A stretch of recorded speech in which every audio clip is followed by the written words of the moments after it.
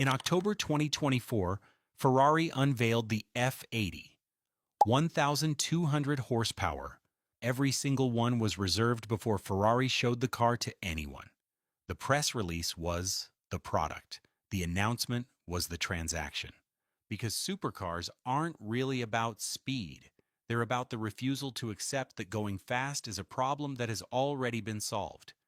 7 levels. Let's get into it. Level 1. The borderline supercar. $150,000 to $250,000.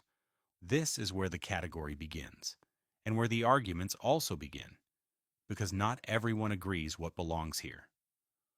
The Porsche 911 Turbo S, the Lamborghini Huracan, the Ferrari Roma, the McLaren Artura.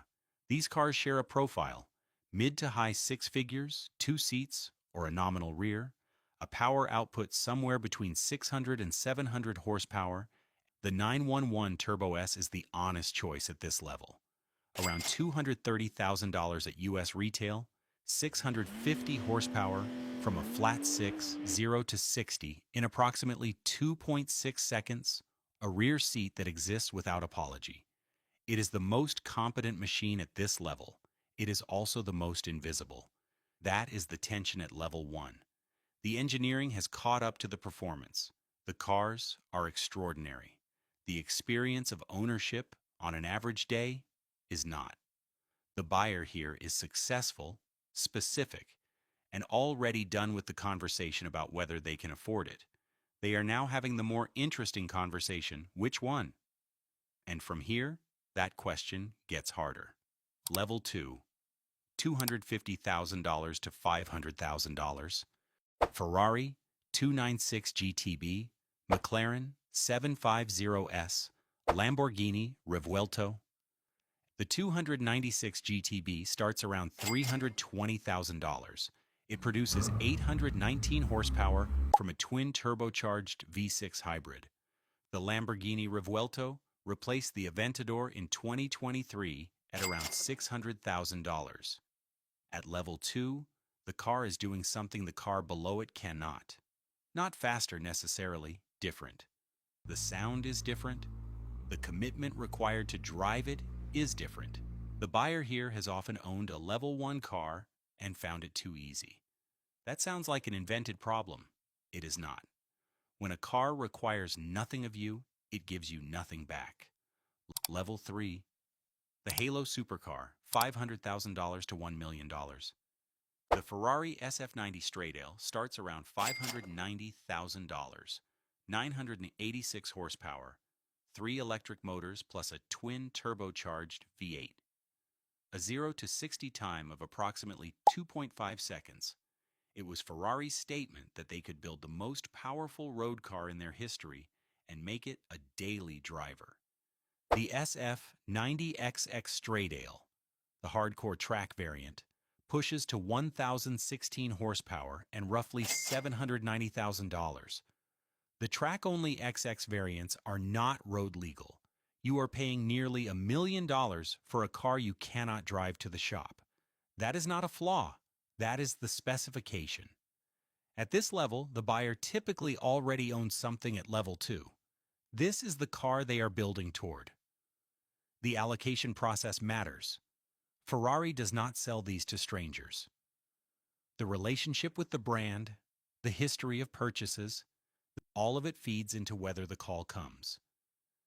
At level 3, the car is also a membership. From here, the numbers change character. They stop being prices and start being arguments. If you're finding this useful, hit like and subscribe. Every week I break down how industries and status systems actually work, not how the marketing describes them. Level 4. The Hypercar, $1 million to $5 million. This is where the word supercar is retired and hypercar takes over. In October 2024, within weeks of each other, Ferrari and McLaren each revealed what they called their halo cars for this generation. The McLaren W1, $2.1 million, 1,275 horsepower, 399 units, all reserved. The Ferrari F80, $3.9 million, 1,200 horsepower, 799 units, all reserved before the car was shown publicly. Both cars exist at the intersection of Formula One technology and road registration. Both cars are sold out. Bugatti occupies a different coordinate, the Chiron, their landmark W16 hypercar, built in 500 examples, and production concluded in May 2024 with the final hand-assembled unit, started at approximately $3 million. The Chiron Super Sport 300 Plus represented roughly $3.9 million. The new Bugatti Tourbillon, successor to the Chiron, carries an estimated $4.6 million price. A V16 hybrid assistance, 1,775 combined horsepower. The engine alone, revving to 9,000 revolutions per minute without turbocharging, is a philosophical statement about what internal combustion can still do when no one is counting the cost. Level 5. The limited masterwork, $3 million to $20 million plus. This level has a very small number of cars and a very small number of buyers. The two populations know each other. Pagani, Koenigsegg. Bugatti's special commissions. These are manufacturers that produce dozens of cars per year, not thousands. The Pagani Utopia, unveiled in 2022, limited to 99 examples at around $2.2 million each, all allocated, is built around a twin-turbocharged AMG V12 and a manual gearbox at a time when the entire industry has moved to automatic. That is a decision made entirely outside of market logic. The Koenigsegg Jesko Absolute, reportedly designed to exceed 330 miles per hour, though not yet officially verified in testing, starts around $3 million for the base Jesko and rises from there. Christian von Koenigsegg builds roughly 20 to 25 cars per year in a facility in Ängelholm, Sweden, where he knows the name of every person on the floor. The insight here is simple. At level 5, the manufacturer's constraint is not money. It is time. There is only one of Horatio Pagani, and he looks at every car before it leaves the building. Level 6. Approximately $10 million to $20 million. Ferrari's Special Projects Division, the department that produces one-off commissions for clients selected by the brand, not by the clients themselves, has produced machines that have never been disclosed publicly, have no official price, and will likely never appear on a public road in the lifetime of their owners.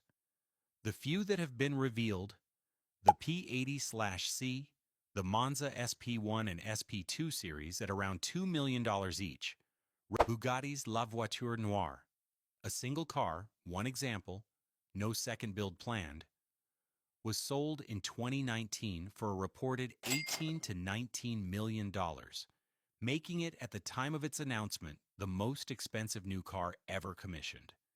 It was inspired by the 1936 Type 57 SC Atlantic, one of the rarest and most sought-after cars in automotive history. Level 7. The historical document Classic Supercar at auction, approximately $50 million plus.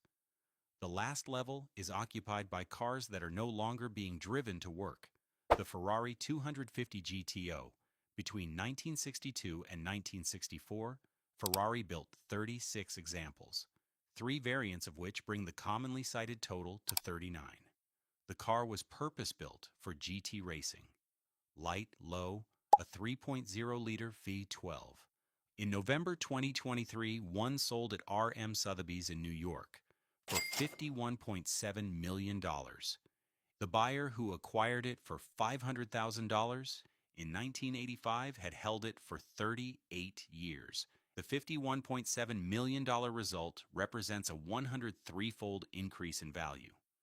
A 1962 Ferrari 250 GTO is not competing with a Ferrari F80 producing 1,200 horsepower. They exist in different categories. The GTO occupies the category of things that cannot be recreated. No amount of money directed at any manufacturer produces a new 250 GTO. At level 7, the car has become evidence. Evidence that someone, at a specific moment in the history of making things got it exactly right. If this was useful, subscribe. See you in the next one.